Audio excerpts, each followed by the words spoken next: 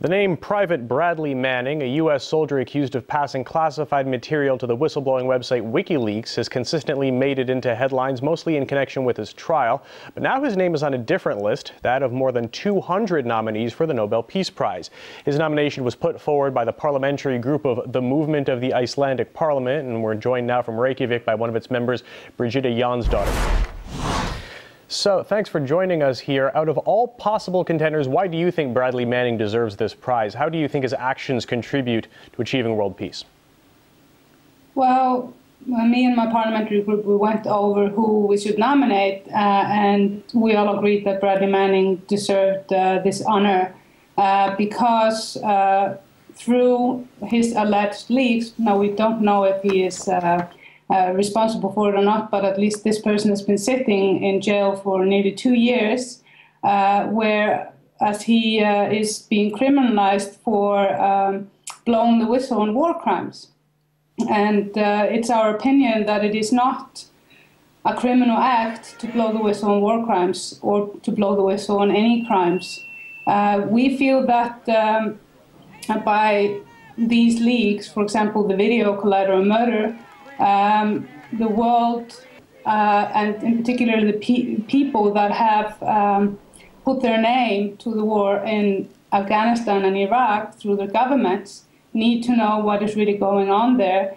And by knowing what is going on there, then we, the citizen, can apply more pressure on our governments to be accountable for the crimes that have been conducted in our names. And our opinion was to raise awareness about the situation with Private Bradley Manning, whom way too few people know of, and the fact that he is being now court-martialed. There was news about that this weekend. Makes it even more important that people will follow his trial, which we feel that is not going to be a fair trial.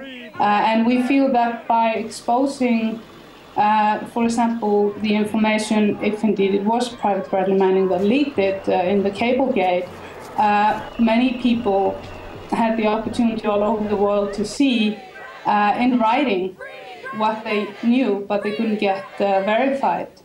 And I think it is extremely important at this day and age that we honor the whistleblowers of our world and that we do not let the Bradley Manning case be, because of his unjust treatment, be the course of silencing all the people, the courageous people that want to do their civic duty by reporting on crimes, be it corporate, state, or military. Julian Assange himself was nominated for the Peace Prize a year ago. He didn't get it. Do you think Manning has a chance, or are you just trying to make a political message, raise awareness of the issue?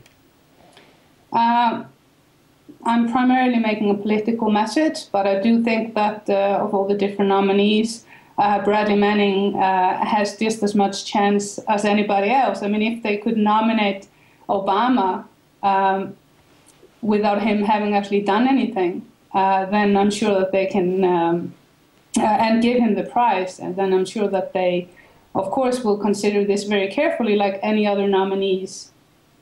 What determines then who gets the Nobel Peace Prize right now? Do you think it's the real merit in the work of promoting peace, or do you think it's mere politics? I think it's always been a mix of both. And of course, many people have forgotten the nominees or the people that got it this year or last year, which were 3 really amazing women. And I think you look at many of the people that have gotten the award, like, Henry Kissinger. If you study his history, you are puzzled by why a person like him would get the Nobel Peace Prize. But you also see people that really deserve it. So I guess it's always a hard decision to make. I guess that the people behind the Nobel Peace Prize committee will also think, what sort of impact can this prize have for those that are fighting for peace, because that's an ongoing struggle.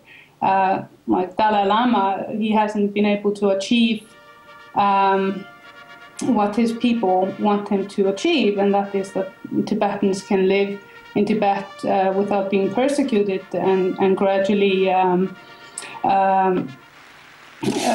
gradually destroying their culture, and it's a very serious situation there right now. So it's an ongoing process for anybody that wants to contribute to peace in our world.